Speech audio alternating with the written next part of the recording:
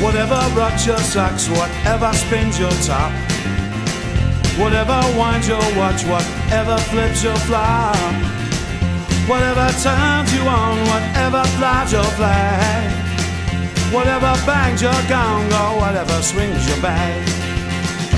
Do it often, but do it well, 'cause nobody knows and there's no way to tell. When the ride ends,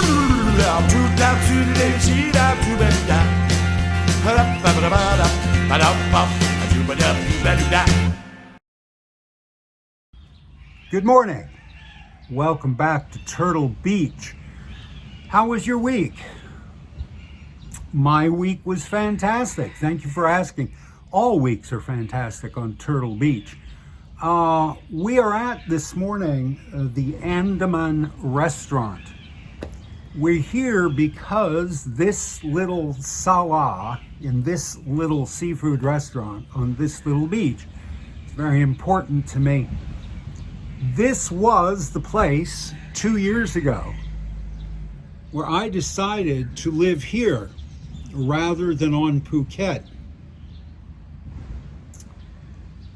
I don't know how much of my backstory you know. How many of my books have you read?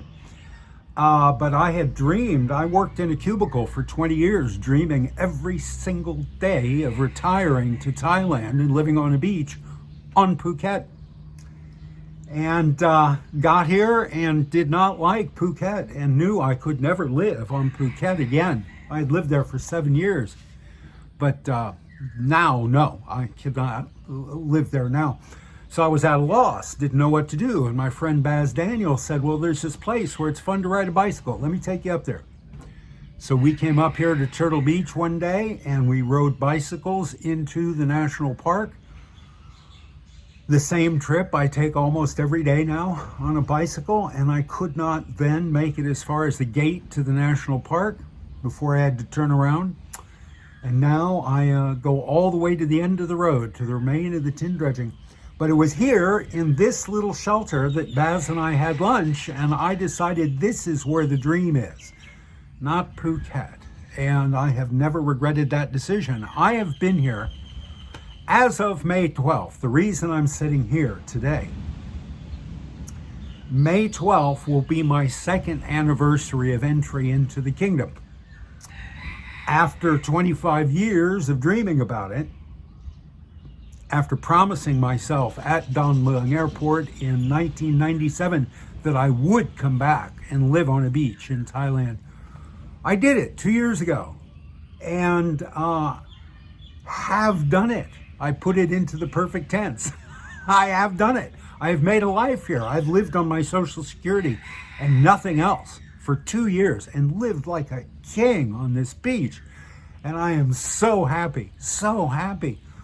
So listen, the traditional gift for the second anniversary of something is cotton.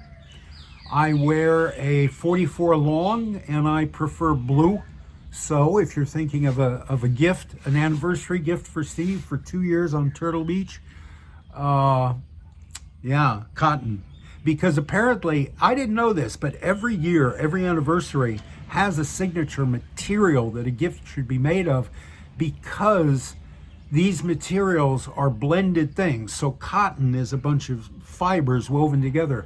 There's tin, which is two elements mixed together, various other things. I think 50 is gold because by 50 it's pure. Your love is pure. But anyway, cotton is the second.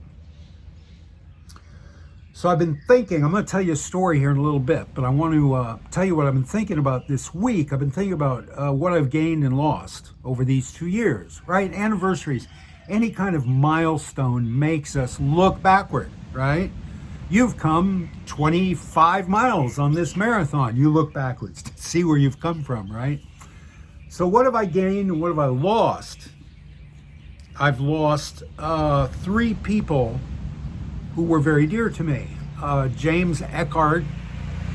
If you have not read James's books, James Eckhart wrote some very good books about Thailand back in the 70s and 80s.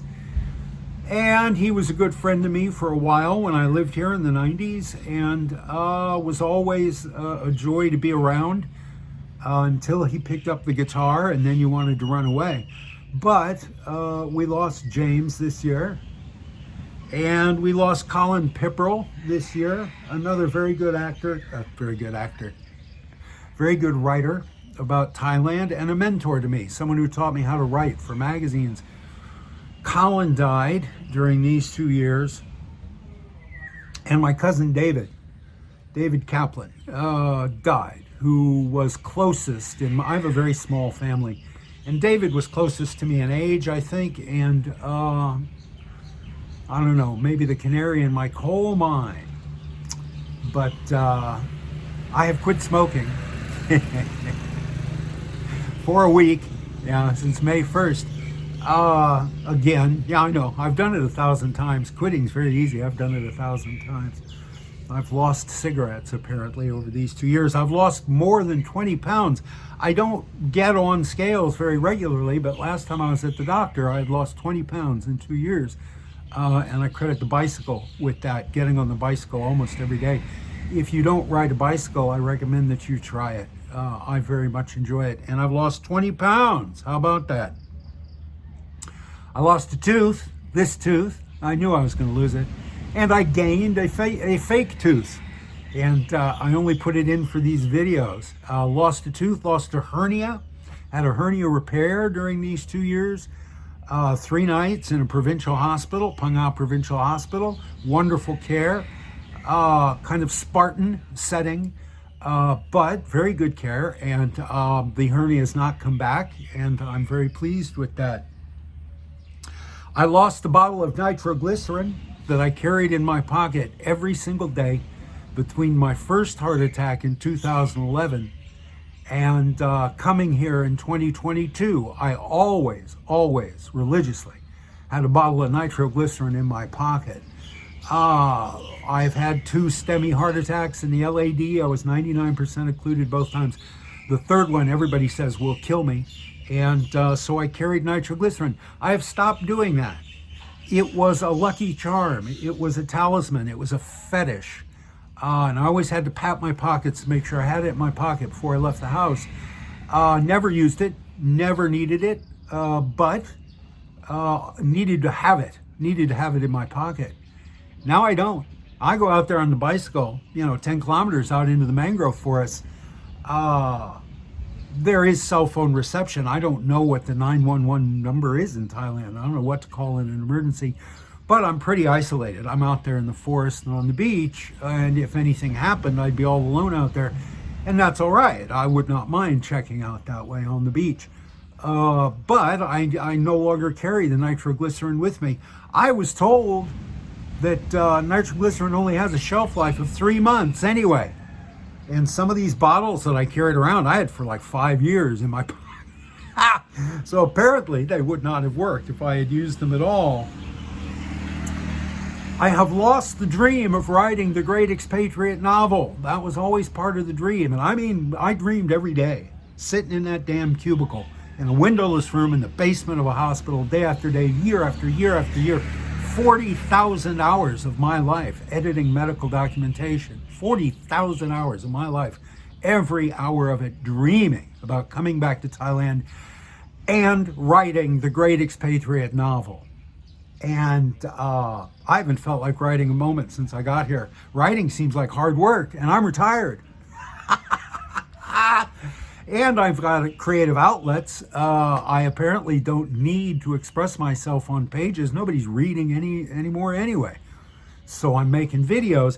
I have gained 104 postcards from Turtle Beach, 104 of these, 50 plus grumpy old men episodes with Tim Newton on Tim Newton Today's channel, and about a dozen other interviews on other channels. If I do check out on the beach this morning, I have left a legacy for my great-grandchildren and my future biographers to discover and parse the psyche of that famous novelist Steve Rosse. You know, the guy who wrote the great expatriate novel? Yeah, that guy. and 5 art installations featuring turtles made out of beach trash. 5 completed, and 2 more on the workbench.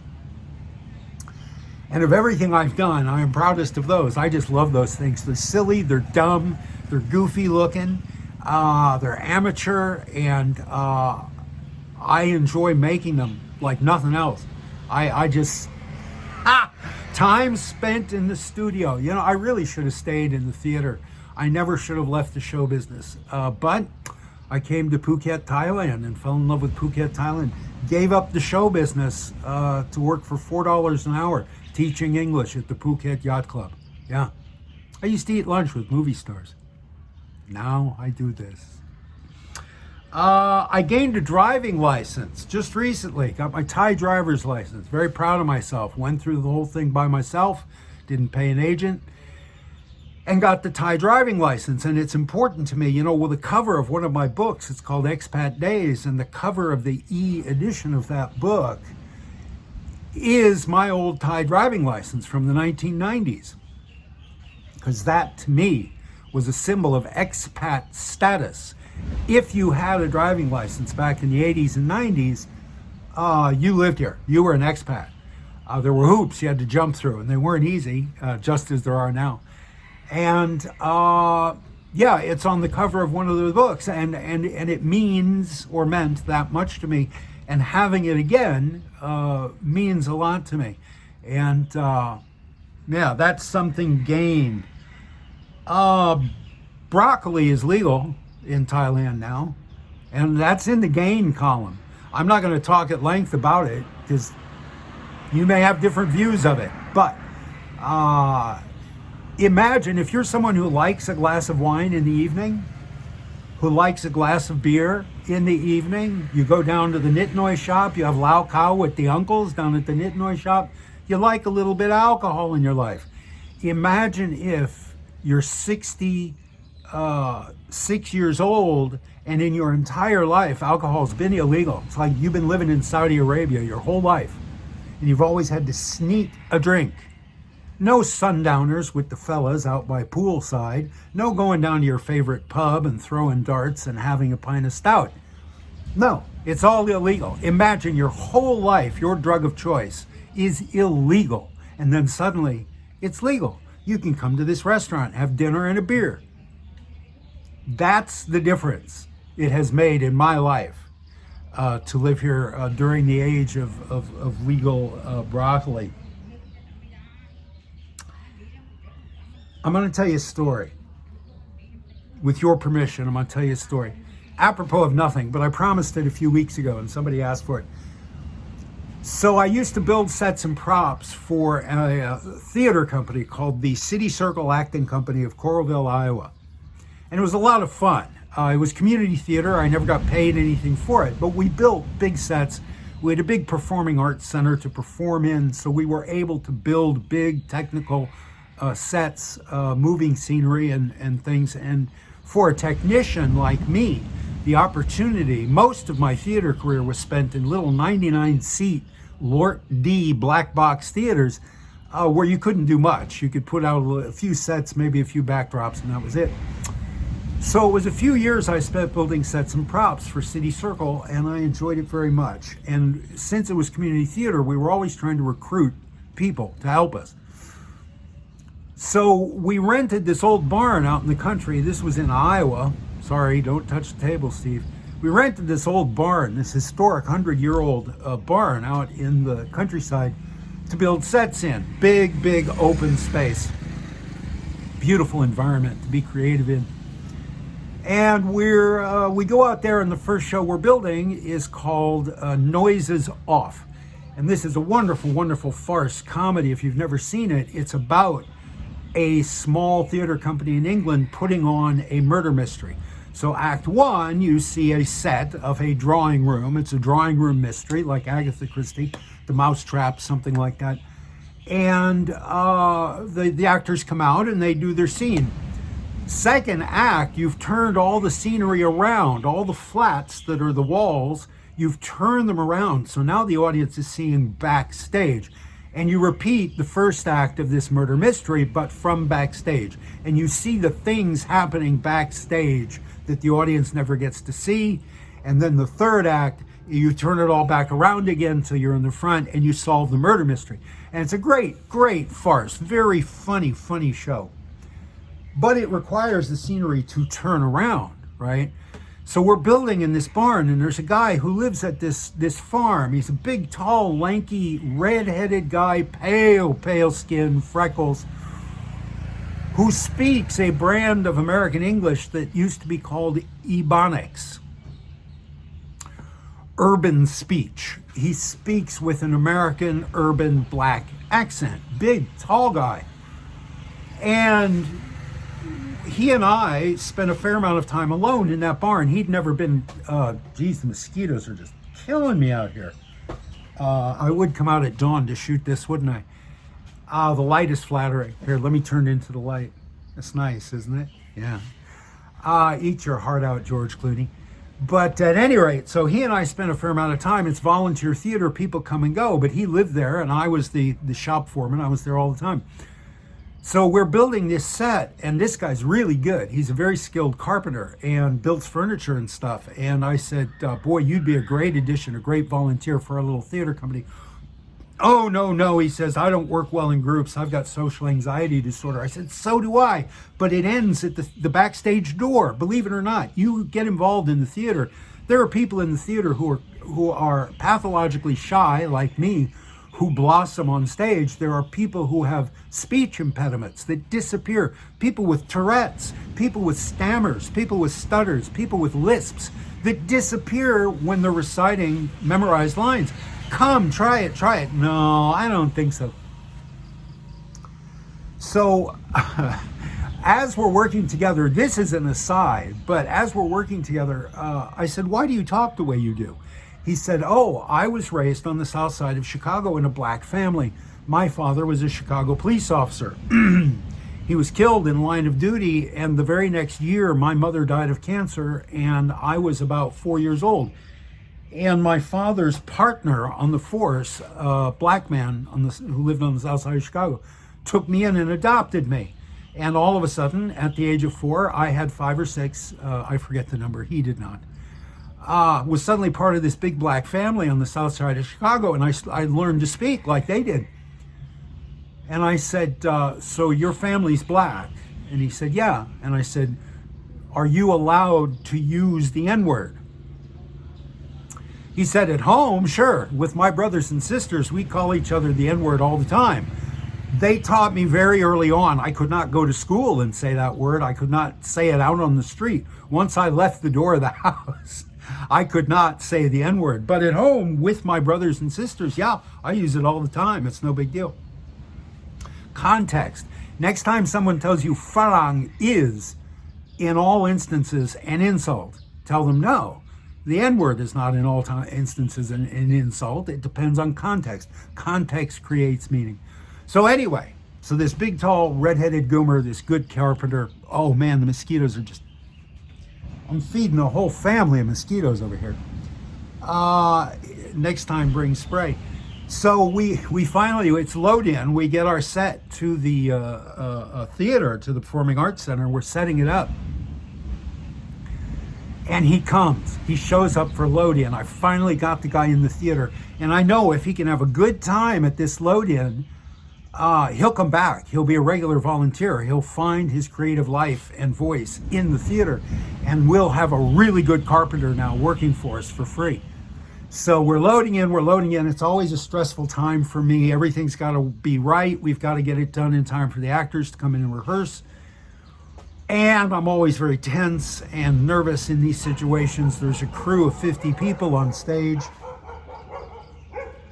I'm in charge of 50 people, in this case for this show, and I get a little tense.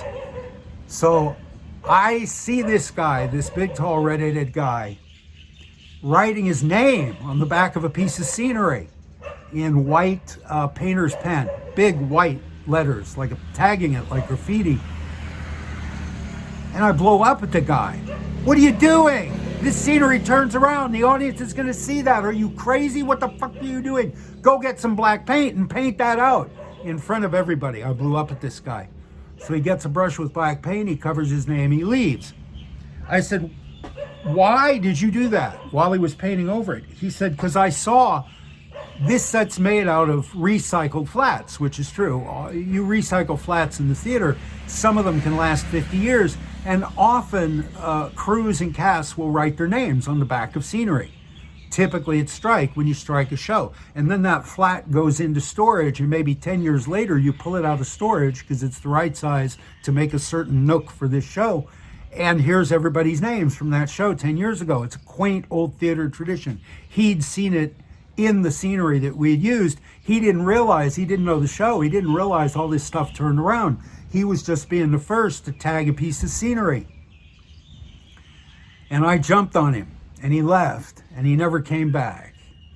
And that night, the designer came in to paint his set, and he had the whole crew tag the back of the set, because when it turned around, he wanted that verisimilitude. He wanted the scenery to look like real repertory company scenery that's been tagged in a dozen shows, right? You never paint the backs. The backs of scenery is always flat black.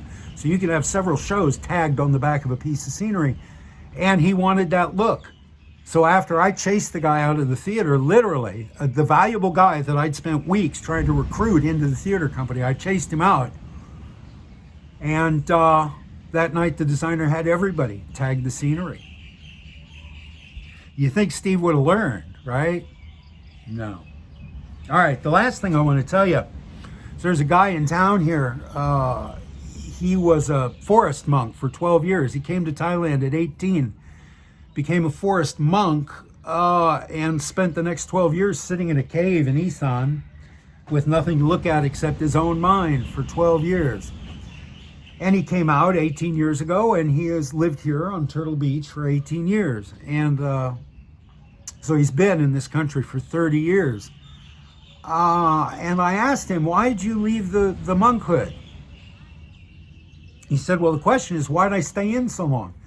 He said, this is the problem with being a monk. He said, at some point you reach the saturation point of what you're going to become enlightened in this lifetime. You will become as enlightened as you will ever become in this lifetime. And staying in the monkhood past that point is kind of wasted time. You earn, karma credit, but once you've become enlightened to the point that you will in this life, you should be able to go out into the world and take that lesson and the things you've learned out with you.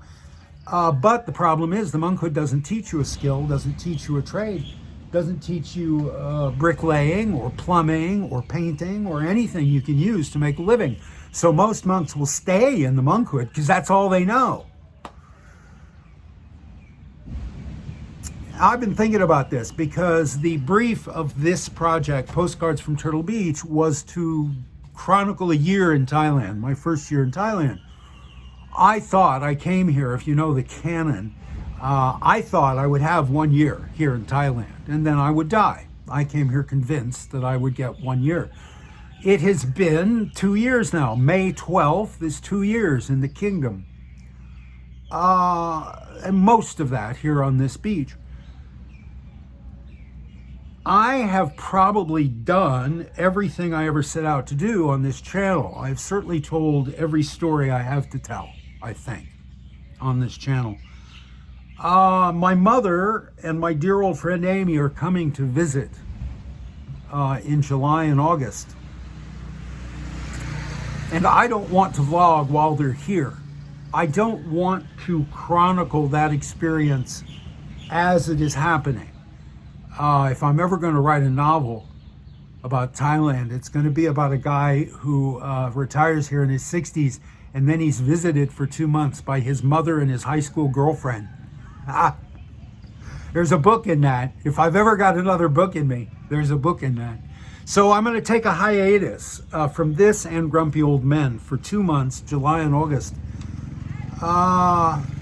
I'll keep as many Fridays are as in May. I will keep doing this, but I'm going to stop July and August. I'm going to leave the monkhood.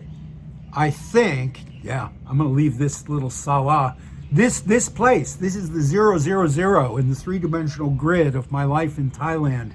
This iteration, this spot, and the mosquitoes are just like making sure I don't enjoy it. But yeah, I'm going to stop for a while. I'm going to stop for at least 2 months and focus on making trash art and being a good host to my mother and to Amy. And I just want to let you know that. So yeah, that's it for this week. I'm going to look on the phone and see what else is here. There's a PayPal if you want to send me money, buy me a cup of coffee. There's a PayPal in the description. There's a frequently asked questions in the description. And I will see you in a week, and then I don't know how many Fridays are left in May, but yeah, that's the plan going forward. I hope you have a great week. Thank you very much. This is the most important time of my week. I very much appreciate your time and attention. I hope you'll like, subscribe, and share. Yeah, I'll see you in a week. Thanks for watching. Well, it's nice to have room in my living room again. Oh, wait a minute. That's right. I've started another turtle. This one will go around, or go in front of the little knit noise store where I buy my cigarettes. Just a small project to eat up a couple months. I don't want to start on the next parade float already. I have begun the latest turtle. I had to stop because I've run out of styrofoam glue. The nearest place to buy it is in Phuket at a place called Dulapan. So this will get tacked down eventually. Yeah, I'm pretty pleased with it so far. I mean, this is an hour's work, you know. But I got to use my brand new bandsaw. And I got to use my new carving knife. Tools! This is 3 layers of paper mache, 2 layers of newsprint, and 1 layer of brown wrapping paper. And it's taken about 3 days to get it completely covered. And we'll let it dry, paint it white, and glue some lighters to it. Put a turtle on top of it.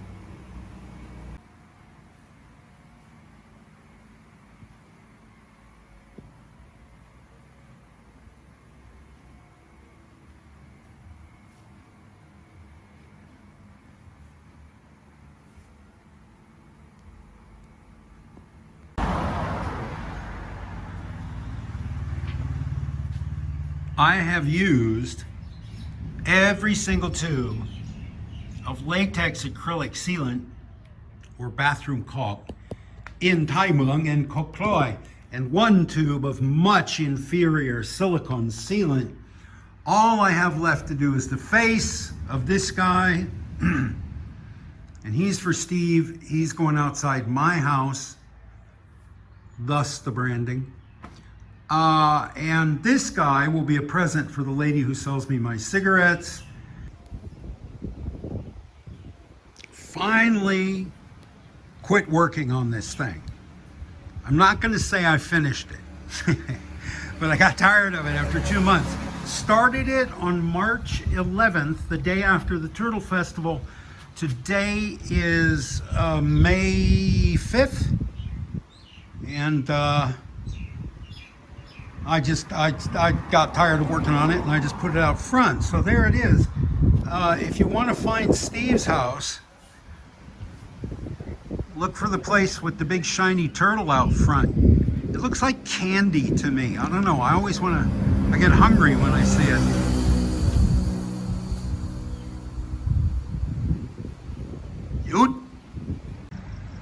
I'm in front of public art, and I'm wearing my joke-telling hat.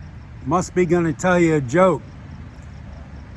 I asked my wife, how come you never tell me when you're gonna have an orgasm? She said, you're never around. My wife said I was a lousy lover. I said, you can't make a decision like that after just 2 minutes. I asked my wife, why do you even bother to wear underwear? She said, well, they keep my ankles warm. Finally, listen, female orgasm is a myth, all right? I've slept with dozens of women. Not one of them ever had an orgasm. QED. Take care of yourselves. See you next week. Oh.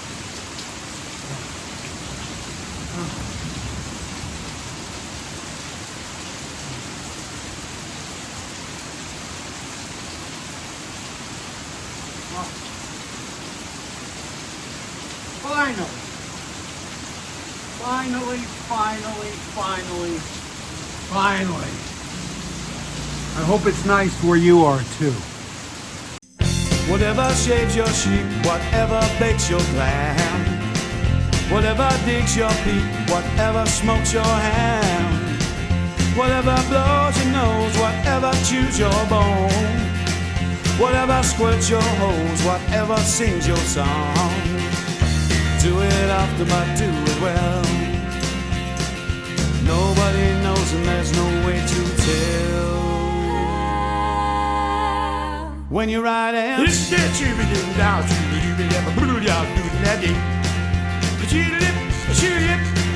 shoot down to that